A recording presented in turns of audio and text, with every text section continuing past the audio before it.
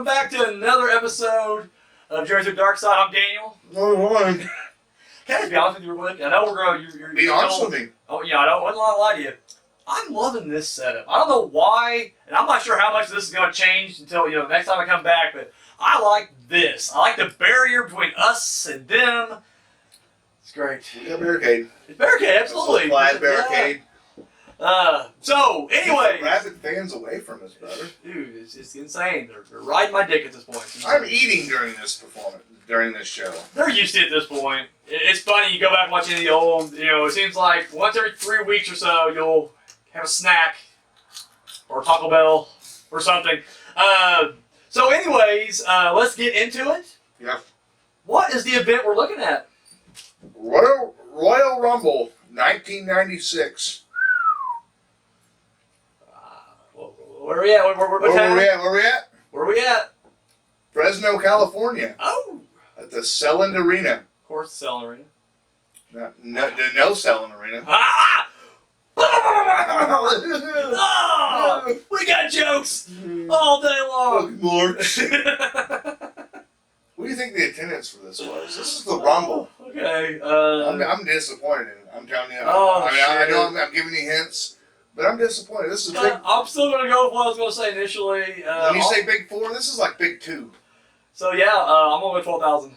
Oh, fuck, man. You've been 9,600. For a Rumble. I know. Now, don't get me wrong, 95 Rumble was pretty crap, so remember, I get it. Remember. Business. That's it. And today, I don't know if that's what the main event is, because we're actually doing the main event, which is the first time in the Rumble's history, pay-per-view. I know whichever one aired on TV, they threw in a tag match, filler match at the end, but pay-per-view, Royal Rumble, first time in history that the Rumble was not the main event. Now, I'll tell you right now, we've had discussions about world title placements. We are on the same page at 99.9% of the time. God damn you! I'm not saying it again. I got crow of the tongue this week. It's me this time, not you. The title should be at the end of the match, but my exception always is unless you got a gimmick pay-per-view, meaning like if your pay-per-view is a Royal Rumble. Or, I don't know, like WCW, maybe not that one, but that's kind of like, well, maybe. It depends who's all in it. I mean, if it's probably not. Because, when it started off, it wasn't a Royal Rumble, or wasn't the Money in the Bank. It was literally just on the card of WrestleMania. Yeah. So, yeah, no, that one doesn't count. Like, Royal Rumble was never like, it's the beginning of SummerSlam, and then later on, I was like, it gets its own paper. You're like, no, Royal Rumble's always the Royal Rumble. They had Battle Royals all the time. But we're talking about, like War Games. If you have a War Games, I would say, yeah, your War Games is your main event. If you have a world title match, then it goes on before or whatever. Right. Or if you're doing the gimmick of, and WWE did this way, well, WWF never did this, but WWE would do the lights out match where it's like, well, this match ain't sanctioned. So technically, that takes place after the broadcast. AEW does that. Okay, so there you go. So that's the only exceptions, but here I'm against it. This match should have been but the way it's written, it had to go last. And we'll get to that here in a little bit. Will we? We will. So the build-up really is very basic. There's no build-up. It was he was just announced as number one contender at the end of In Your House 5. And guess what? We're here. The interesting thing here is that Taker and Hart have only crossed paths a couple times. Pay-per-view now. Once again, if anybody's out there like, well, saying that main event back in 1993, go fuck yourself. Right your fucking fat ass, because I don't give a fuck. Or pay-per-view canon. Do they have to be fat? You know they are. Oh my god, you know they are. Anyways, I don't give a fuck anymore. I used to be chunky as fuck. I'm slimming down a little bit, but I'm still fat. I'm still fat. So I can pull the fat card now. I still consider myself fat. He's a recovering fat ass. Exactly. I am trying to be fat. He's working his way up there. Nutter butter cookies. How are those? They're pretty good. Those are weird looking. Can we get? They're like wafers. They're like. Nabisco. We are supporting you guys. They're like. hashtag not sponsored, but still. Like the Nutty Bar without the chocolate. See, I love the chocolate though. I don't get me wrong. Yeah, I guess if they're out there, I'd eat them. But not talking about Nabisco today. So these guys have a bunch of interaction. Please give us money. Please. We will plug the shit out of it. Definitely love your products. Now, he's recovering. Yeah, so I can't partake. But you better believe that when I'm off the wagon, I'll be turning them motherfuckers up big time. So anyways, they've only had limited interaction. Of course, the first match, Taker's debut in the Survivor Series, they demanded each other. And Hart owned that match. Yeah, and of course you couldn't take down Taker, but as beside the point, Rumble, can he now? Yeah, that's gonna be the question. At the Rumble, same thing. The first Rumble, Taker came in and just threw out Hart, like double choke slammed him, and it was just like holy shit. Now, granted, Hart was in there from the beginning, and he had a great run in that Rumble, but Taker. But the thing is, now they're both on the face side, which at this point, faces and heel don't really matter, because now it is almost like, you can tell, even though Russo, it's not Russo's era, he's definitely now pitching the ideas. You can kind of see slight influences. Now, once again, I don't know if he was directly behind all this, but at the same time, we talk about how, with Taker, he was never a face of the company. He was never the guy you're going to build the company around. He was always a special attraction. But when your special attraction's unstoppable, you got to make ways where he can't get a title match. So you're constantly putting monsters in his way. Yeah. But when you beat all the monsters, you kind of got to give him the title. It's like, wait. So he's going to wrestle He's actually going to wrestle like competent, legit wrestler this time. For a title. We got there. It took us forever. It took us over a season, but god damn it, we're here season 2, and we finally, season 2, month 2, we finally get into it. Episode 3 of month 2, god damn it, we're finally here though. So anyways, so you're not fucking with this. No, this is legit. Yeah, no, this is it. We're not gonna. It's not King Kong Bundy. Not Bundy. It's not Kamala. No caskets. I mean, we're going right into it. And as a kid, I'm thinking, I'm just gonna break from it for a second. When I was a kid, this kind of was a dream match because honestly, I've established that I didn't really like Hart until about '94. But from '94 on, I was. What kind of dreams were you having? What? Just the wet kind. But no, I was a big Hart fan at this point, but I'm a bigger Taker fan.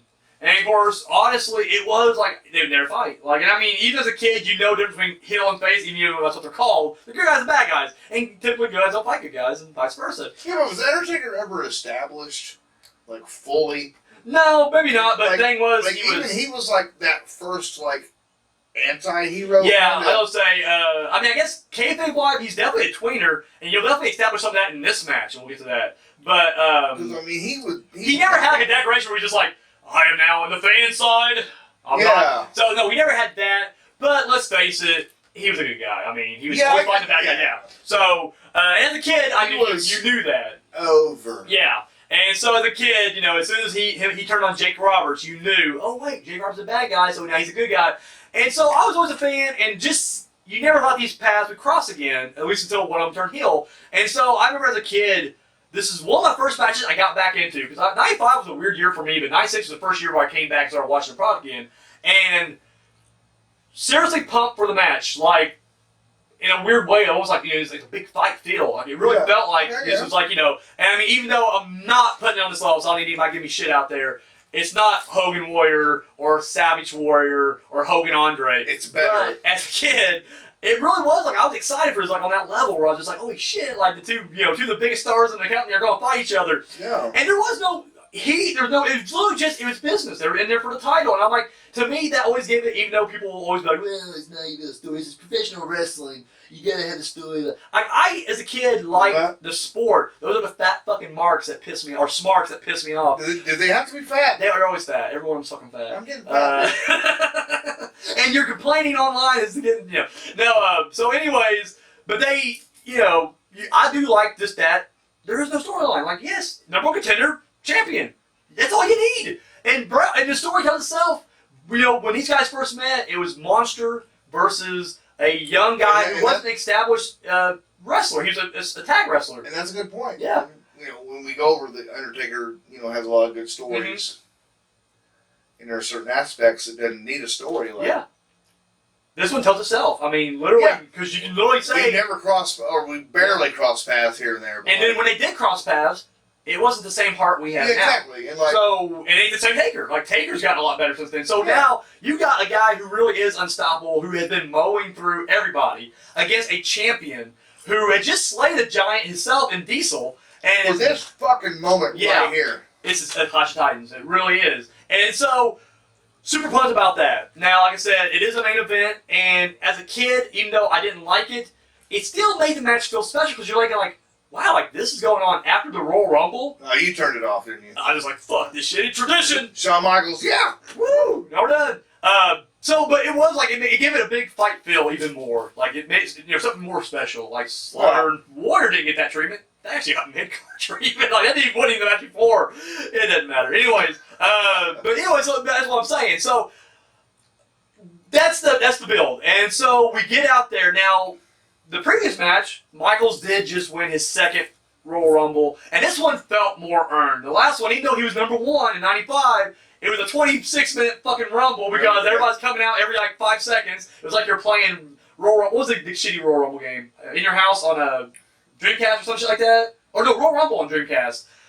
The one where it's like an arcade version. We get So literally you get multiple. There's 7 Road Dogs after fighting. You're like, what the fuck? Yeah. But anyways, that's what 95 Rumble felt let's like. make a Royal Rumble game but only put 10 people exactly on the roster. And so that's what the problem with that one was. And literally, there was no star power. 96, the star power definitely increased. Maybe not greatly, but the time was switched back to normal. And even though Michaels came out at 18, it felt like he was in there a lot longer. And What was the highlights of that Rumble? My God, dude. We had Stone Cold botching his elimination by accident. Next slide now. We had Vader throw Michaels over the top rope after he was already eliminated. And they tried to be like, well, it doesn't count because he was already eliminated. It's like, well, wait a minute. That's happened so many times before. But whatever. We got to protect Michaels, So, and what it was, Monsoon out there that was okay. He's like, well, he is the president, so I guess if you're going to do it on the fly, New president, new president, exactly. So, I mean, you know what? We let it slide. Was he voted in or what? Fucking poor Jack Tony. I don't know what happened. I think he was on the take, though. He always said that Jack Tony was on the take. You know what? Maybe he was. That maybe it. Well, I caught up to no Jack. But he kept it by the book. He did, boy. He was so sincere and serious and stoic and stern that it constantly suspended by. Yeah, he didn't give a fuck. So, but then the end comes down to Diesel and Michaels. Michaels gets him out, and then you think because Diesel is going through his tweener stage where now he's been attacking motherfuckers left and right. He's not acting like a face. He's not acting like a heel. He's just selfish. He's literally just like, I'm out here to do for me. I want my title back. And you think, that I'm not here to make friends. I'm here to make money. And the thing is, him and Michaels have an established friendship, but that friendship has also been thrown out the window a couple times before. And so you're wondering, is he going to attack him? But he doesn't. He extends his hand. Michael graciously accepts, and he leaves. But Diesel's still out there, and he's still kind of pissed. So then, main event time, you kind of forget he's even out there. The lights go out. Out comes Taker. And then Diesel's walking through, and he shoves Paul Bearer out of the way. And then there's a stare down, and as Taker comes forward, initially referee's getting away, so then he goes to scare referee away, and Diesel decks him from behind. They have a good little fist fight there. They get separated, and then Diesel utters the phrase we've been alluding to this entire month. I ain't afraid of the dark. I ain't afraid of the dark. I ain't afraid of the dark. He says it like 4 times. He's like, I ain't afraid of the dark. Nickelodeon once asked. I ain't afraid of the dark. Are you afraid of the dark? And you know what Diesel said? I ain't afraid of the dark. I'm not even going to watch this because I'm not afraid of the dark. It's great, though. But it's cool because he really, it's the first time you believe it. Pumped. Dude, yeah. you believe it. It's just like, holy shit. And you know what? He does get, not a lot. There's definitely a fair share of boos, but there is that pocket of smart fans that are just like, yeah, like finally somebody's going to stand up to him. So, Taker's all ready to go, but then he goes out, gets in the ring, and then out comes Hart. This match, now this is a long one. This is about a 30-minute match itself. Yeah. I mean, you check yourself in. Talk about a fucking chore to watch. This one starts off a slow burn. It really does. The basic story here, though, and I do really appreciate the story because this one, the urn has finally been reconverted back to the urn. Like they remelted the chain down and then remolded it as the urn. The ashes in. Everything back in. Well, I'm trying to have it new ashes in. We don't even know if there's ashes in there. They never establish that again. I'm gonna assume it now until Kate says otherwise. It's a light. So then at this point, it's gonna be hollow. We're gonna say it's hollow until they say something else. So, anyways, I feel like our beyond kayfabe reasoning is they're doing away with the earns his power because you don't even see that a whole lot in these next few matches of Bear doing this and then Taker coming up. I mean, it's kind of an afterthought, but they don't even make reference to it on the thing. And so I kind of think in my beyond kayfabe, when Bear and Taker first came with this, conceit way back in the day, he probably started going, Paul, this is, I'm tired of chasing motherfuckers down for this urn. We can probably just drop it. It's not that big of a deal. I got a title match already. I'm back on top. Yeah. And so I think they themselves were quietly phasing out in Beyond Kayfabe. So, anyways, so this match though was proving that we've seen Taker hurt before. Giant Gonzalez, Mabel, people can put Taker down, but keeping him down is the thing. And how is someone like Hart, who is not a giant, big monsters, taking him? Yeah. How is Hart going to do it? And here we get the story of Hart using good old-fashioned technical expertise to wear his opponent down. Now, you alluded to the fact that you felt it was kind of a chore to watch, and it was kind of a long. It's a slow burn. Can I? No, absolutely, yeah, no, go ahead. Immediately say Yeah, not a bad, no, not a tedious chore to watch. Okay, good, fair enough. Because I agree, I do think it did slow at times, and even the crowd. Like mowing my yard's a chore, but Yeah. it's not that big a deal. I think even the crowd, and this is also due with the placement of the match, because they're pumped from the Rumble, and they're wore out from the Rumble, and now it's like, oh, who ain't done? You've got a half-hour match with these guys. And I don't know, it actually ain't going to pick up till about 20 minutes in, so and so the crowd, honestly, with the exception of a few cases here and there, doesn't really get into it until the end of the match. But, I'm not going to blame them, because once again, it does feel like, even if you watch the whole event, you are just kind of like, God damn, like, fuck. The Rumble is to go home. Feel good moment. Michael's won. Boyhood dreams about to, come true. No. And that's... You don't know that. We don't know that. But you're on that road to it, and that's the exciting thing. So, you're ready to clock out then, end it. It's like, okay, another match. When you're watching independently, though, it is kind of like, well, I mean, it's just a single match, whatever. But still, the crowd lets you know, like, oh, no, we're also done with this shit, So, but... Unlike before in other matches like Undertaker vs. Undertaker or the Survivor Series match from '95, where I said cut it in half, I wouldn't cut that for this match. I feel like honestly the story itself they told was great. It had to. It had to be there. Yeah. And so what you get is a story with a story without a story. Yeah, I mean like exactly. They had to write it. Which is what Hart was always great at. Yeah. Once again, I mean, even his matches would have the very minimal build-up. Because you had Taker doing this and Hart going here, and then all of a sudden it's converged. Yeah, that's it. That's the only story you need. And don't get me wrong. I honestly like those stories in those matches better. When it's done right, yeah, it's absolutely. Not feud, big blow-off. Yeah. It's like, no, I'm doing this, and then exactly. No, I agree. I totally agree. I do like that when it comes more organic like that. So what we see in this match is you see a more human side of human nature side of Taker, where he has to.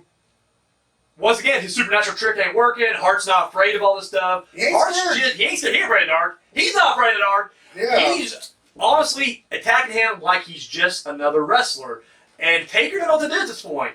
To the point where now another victim. And now you're seeing literally him reverting back to old school heel tactics. At one point, he got that stupid ass fucking claw hold. I fucking hate it, but he got over his mouth for a good portion. But at least it's early on. It's not like he's doing it midway through the match like you see other, what a bear hug applied or a headlock by King Kong Bundy after like 10 minutes of boring shit anyways. Or Kama when he did that shit. But anyway, he's got it on early on, and Hart's got his foot in a row, and Paul Bearer walks behind just like, nope. No, you don't. And you're like, holy shit, they're healing out right now. And yet you don't feel like it's a heel move. It really is just like you said, is Taker really a face? No. He never was like, God, I'm a good guy. Yeah, no, that never happened. So this is not betraying character at all. Him watching fat fucking Savio Vega do this shit, that's betraying his character. Yeah, I brought it back from 2 weeks ago. I thought you thought we were done with it, wasn't it? We weren't done. It ain't over. It ain't over by a long shot. There was a line I was trying to, fuck it. Anyways, so that's it right there. But here, it's not betrayal character because Taker's always been that line and bring it back next week. I'll just do it again. I'll dust it off. But anyways, he literally is just like, no. Oh, thank you. Anyways, yeah, watch this girlish figure. He's got to win, and he's got to cheat. He's going to cheat to the point where at one point they grab the cables outside, and he's just choking Hart out, like choking that motherfucker out, hanging him, like lifting him off the ground, and you're like, God damn. At one point, I love the referee here. When it comes to heel and face stuff, like in a big match like this for the title, like this is it. Yeah. Like this isn't. No offense, but this isn't even Intercontinental title. No. This isn't a tag title. This is the top of the fucking business. Yeah. Is it? Is there really can you say cheating? It's a half and half thing, and I'll tell you or can you say dude, by any means necessary, heel or face? No, and I'll give you. Here's my personal. And I know you get people like Stone Cold or whatever, and they do whatever they want. But for me personally, how I always look at it is as a fan. Heels or faces should never cheat unless A, it's a no DQ match. Then it's like, fuck it, then it's part of the match, you know. Yeah. Cage or whatever. You know, as the referee ain't gonna call it, you're good. As long as it works within the confines. Or if the heel's been cheating anyways, and then it's just a taste of their own medicine. Or if the feud is so intense. Like, this motherfucker ran you over with a limo or some shit like that. Yeah, and then you're just like, I don't give a fuck about the match. Like, the match is only here to get your ass in the ring. At this point, I don't care if I win or lose, I'm killing you. That's the only 3 times you can really break away from that. Okay. So here, to me, it was a case of Taker couldn't get the job done. Him and Bear knew they were in trouble, and they're just like, fuck it. You know, this ain't just going to be a case of tombstone or choke slam tombstone. For the title. Yeah. Still yet. I feel like the thing is, Taker's character isn't rooted with morals. No. So that's what I'm saying. So that's why I'm not saying anything against it. I agree with it. I'm okay with him cheating here. And Hart will even get a little nasty at times too. But once again, he's doing it in retaliation to Taker doing it. So it makes sense. You know, it wasn't like Hart went out there and so it's just like, recognize and low blow. I'm a good guy. It's okay. No, it wasn't like that at all. No. Which is why Hogan, whenever he would just do that shit on the fly sometimes. Like, I'm gonna drink out my t-shirt and rake your face. Like, really, Hogan? Like, this guy was just like, he's just in a match with you. Like, there's no heat or build up. He's just like, say your vitamins, eat your vitamins, say your prayers, kid. Don't worry. Pray to God. Oh, this is what America's all about. Which it is, really, I guess. But anyways, but getting sidetracked here. And so you're seeing Taker have to resort to these heelish tactics. And I love the fact that in this match... Well, yeah, when you have to resort. Yeah, and so the referee, you know, and great camera work, by the way, because they're able to hide it. But you know the referee caught a lot of this shit. It was just like, shit, Paul Bear, what are you doing out there? Yeah. What are you doing way out there, away from these guys? I'm going to yell at you for a minute. There's a scene where Taker, he throws Hart into the timekeeper area. Yeah. Grabs a chair. The referee's counting. 1. He takes the chair. Bam! You still here. 2. I'm like, you're still counting? You saw that? And then when the camera does like pan up, he's on the other side of the ring. Paul Bear's on the floor. And he's just like, how dare you stand there? Dude. You know, I'm going to yell at you for a little bit longer. Can you at least indicate when they get back in the ring so I can turn around and quit cheating here? Oh, it's okay. Go. Good. Make sure you stay there. What's going on? What happened? I was here. And so, but once again, I'm not blaming anybody here. And once again, the match was so intense at this point that it's like, dude, let them fight. You know what I mean? Like, it's to let it go. So yeah, the match for the most part keeps, you know, it go back and forth. And then Hart does wear him down. And what's great at the turning point is at one point, Hart throws him into the steps. Taker always took great step bumps because he would go knee first and this somersault over that bitch. And it looks great. And you're like, God damn. Brutal. Oh, he looks like you really think like you fucked your knees up, boy. Like, oh my God. And sure enough, Hart's working on the knee. And once again, something that you never saw before is a guy try to wear down a body part on Taker. It was always just like big move, try to keep him down, but it was never just like, let me work the arm, let me work the leg. But it's towards a greater goal of the sharpshooter. And you see a human side. I think not since, you know, not a giant that just crushed him, but you really do see Mean Mark almost come back. And he really is like, God damn, like, what am I going to do to... It's like Rocky IV, when Ivan Drago just like, you know, at the end he's just like, God, this guy's more a machine. Like, how am I going to do... It's like, dude, you're the dude who killed Apollo Creed. Apollo Crews. No, Apollo Creed, I had it right the first time. Apollo Crews is, you know, the new guy.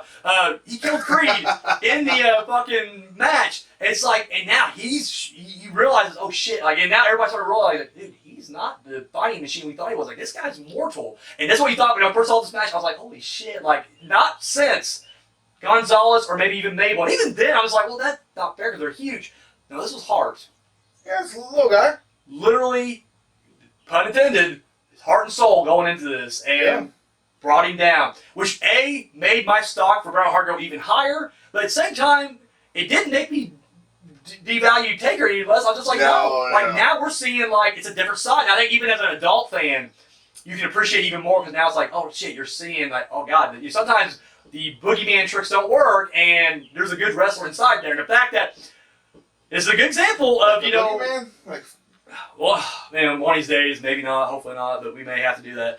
Anyways, but it's one of the few times where, you know, let's just say if the match would have ended normal, no man would have lost this match looking bad. Like, it made both guys look great. It made Hart look fucking tremendous. Yeah. It made Taker look more like a wrestler because this is, and once again, I don't see how Vince doesn't see matches like this and go, oh yeah, he can wrestle, I forgot. Why do we keep putting him against giant fuckers and dumb fucking This is casket the match matches? I've been fucking waiting for. This is the year we've been waiting for. Because literally, we kept saying to ourselves, like, after we got to the Yokozuna stuff, I'm like, well, we're going to have a rough 95, but goddamn it, it's going to pay off. And finally, we're here.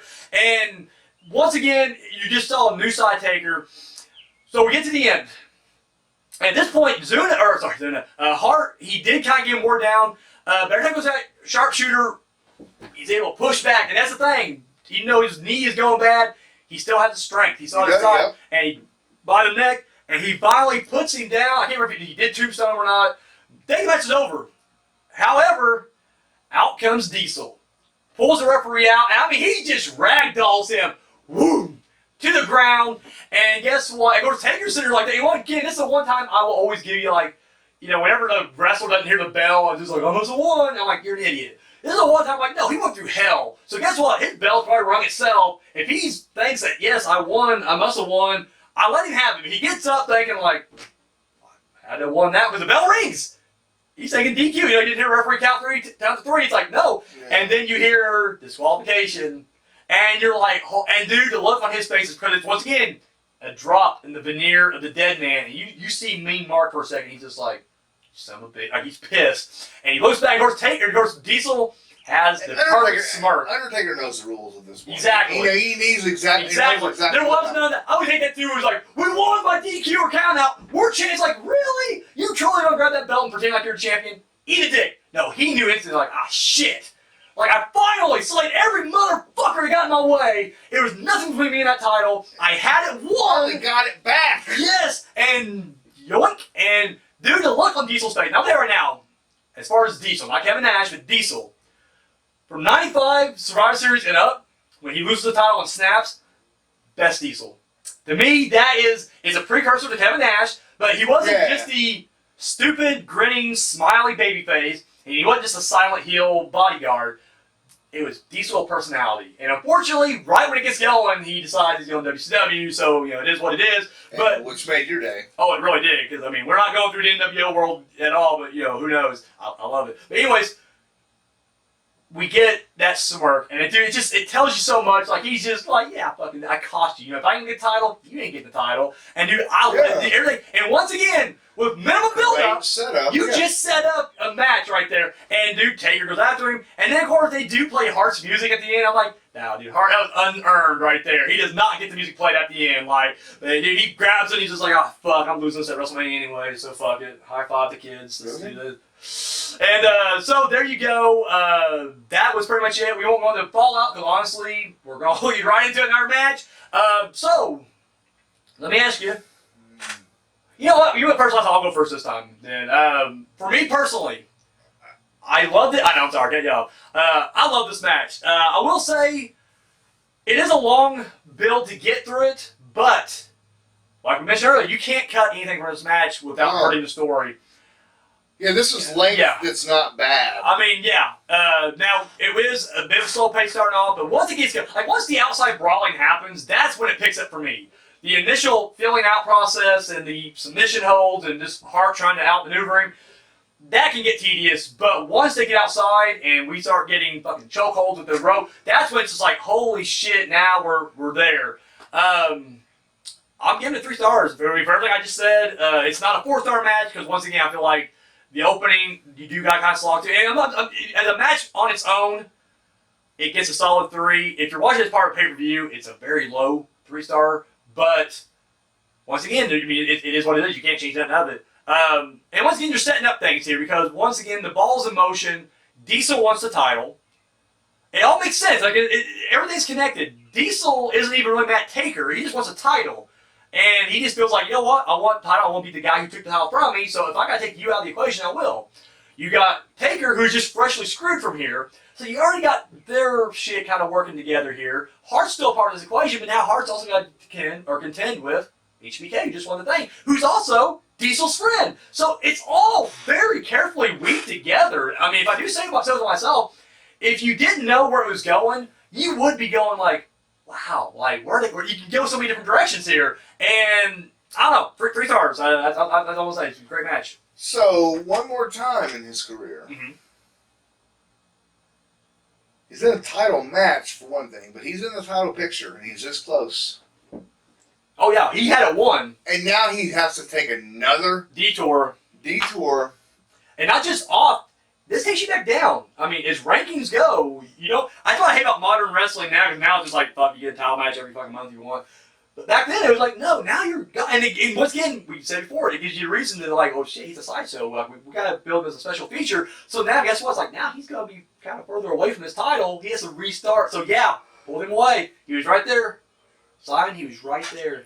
Well, and another big guy, which we'll get to that next week. 4 stars. 4 stars. 4 motherfucking stars, right, because this is the match that for 5 years I've wanted. Yeah. No, agreed.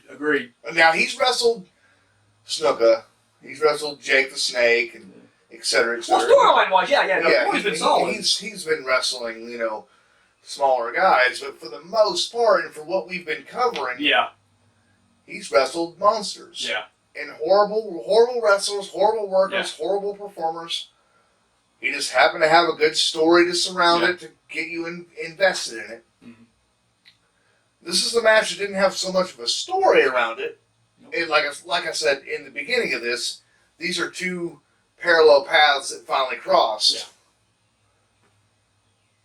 Yeah. And he proved to the fans, he proved to the Vince, the McMahon, or whatever the fuck, I can't do my Iron Sheik, but proved to Vince and to the backstage, everybody else, critics, everybody in general, that like, no, we don't have to just give him giant monsters to wrestle all the time. Now, you have to give Hart a lot of that, though, too, because once again, they've done him against little guys before, and it just didn't turn out great. Yeah. And it proves that you got to put him in there as someone who can work. Understandable, yes. And it's like, there you go. And so, he can work. Yeah, there was slow burn. There was some, there were some low points, but it was just so much, and it was a Bret Hart match. Yeah. It was a Bret Hart match. Bret Hart would have had this same match with Shawn Michaels or Stone Cold Steve Austin. He does. That's exactly it. Diesel in the Survivor Series, the same thing. It starts off a little slow, but then he picks up, and then boom, it just... Taker doesn't have to work with giant monsters. No. He doesn't have to be the monster killer. I would say from a wrestling standpoint, with the exception, this is better than Zuna, but I think at this point, before this, really his only credible wrestling match was against Yokozuna. That's the only guy who could actually bring the best out of him. Yeah. Good performance. But I can't think of a single person beyond that. It wasn't like he was putting on a clinic with Snuka. It was passable, and we said that. But at the same time, it's like it wasn't like a classic you put on a DVD or anything. This is the first time where it's like this was literally, this is epic. This was this is the first time you're like, no, this is a wrestling classic. I don't know what Meltzer gave it, but you gotta think Meltzer would be like, hi. Oh, probably not. Probably 2 stars or something. Because it wasn't in Japan. But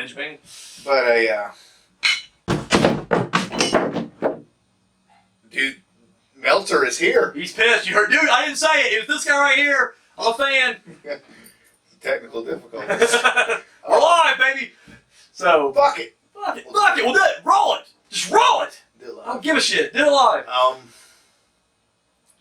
No, it's another one of those, and I hate to repeat myself from the last thing, but it's another one of those where the good absolutely outweighs the bad. Absolutely. And this is a top notch. This is the first, to me, top notch. We're watching this shit in retrospect. Yeah. We've already seen Taker's entire career. Exactly. We know what's to come. We know what he can and can't do. Yeah. And this right here is like, of course he didn't have to wrestle Jack Gonzalez. He didn't have to wrestle King Kong Bundy and Kamala and Yokozuna, even though Zuna did give him a good match. Yeah, Zuna gave him a good match. But it's like, he can wrestle Bret Hart. He can wrestle Shawn Michaels for a half hour. He can go the distance too. It's not like we had this. Now Bret had control most of the time. And it was a Bret match. Exactly. He was the ring general, and you can definitely tell that. And I'm not taking nothing away from Taker. No. But clearly Taker's like, thank you. Finally. And he went with it, and it worked out beautifully. And like you said, DQ finish. at a big pay-per-view, now you didn't say this, I'm saying this, but like DQ finish at a big pay-per-view, kind of, I'm not a fan of that. You're not. But it's not taking my fucking points out any, but like, nobody looks bad in this. No, because once again, it wasn't a bullshit DQ finish. It was progressing multiple storyline. I mean, we were going. Exactly. So, I mean, it still worked out. And like I said, like, or like we agreed to, that like, after the DQ happened, Taker wasn't, and Paul Bearer, they weren't celebrating in the ring like, oh my God, I finally got my title back after how many every years. Mm-hmm. No, they knew. They fucking knew exactly knew what the score. DQ. Yep. There was no arguing the ref like, what do you mean I got the title? They got that W in the books. Yeah, but that's it. And but they don't have the title to prove it. So you did 4, I did 3, 3.5. Which all right, now that's the limit. That's the high right there. So I mean that matches the casket match, which we've already discovered that the So this is now ranking as the top match. I mean, let's just be real. If we had to choose between two, it's gonna be this match. It's the top match. So we've hit the apex so far. We got more to go, believe me. But anyways, so that's what we thought. Let us know what you guys thought about this match. We may have a totally different perspective on this thing. You guys may hate because of DQ finish. You guys may the first time in his WWF career, like he's wrestling a small guy. Yeah. A real wrestler. And the mask, high profile title, big pay-per-view match like this, he delivered. And the mask gets ripped off of him too, which I really like, because even though he didn't have the mask but for like a few months or a couple months, for some reason this is a Taker. We're getting close to the Taker I really love. I know I mentioned before that Ministry Undertaker is my favorite, but that's not really the truth. Survivor Series 96 comeback Taker. It's almost Ministry Taker, but not quite. But you can see the makings of that Taker in this Taker. Comeback from what? Well, we're gonna get there. Don't you worry about that. But whoa, yeah, dude, 96. God damn, we finally got here. I'm so excited. So, anyways, guys, let us know what you thought of the match down below. Leave a comment, and that's all we got, guys. Please watch next week. Next week, WrestleMania 12, baby. So, I am afraid of the dark. Oh, cease and desist. Anyways, shit. Are we in season? So I'm Daniel. I'm Simon. And guys, till next time. Oh shit! Didn't always run. Sorry. Hi. Thank you for watching that video. Be sure to give us a thumbs up, share it, subscribe to our channel. All that good stuff you do right here on YouTube.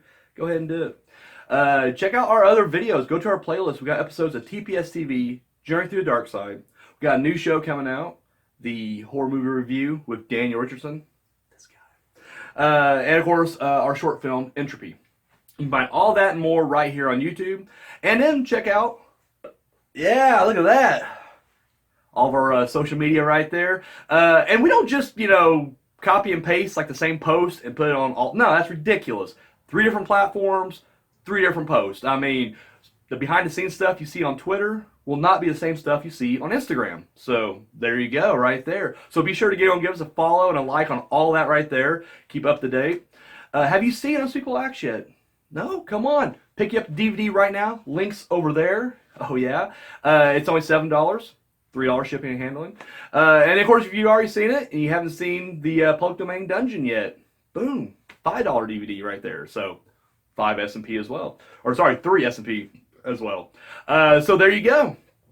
Do that. And if you got the spare change, you want to hit us up, donate a little bit over here to TPS Productions. Our Patreon is right there. Oh yeah. So that's all we. Oh my God, sorry. I'm getting fired, ain't I? God, that's all we got. Thank you for watching.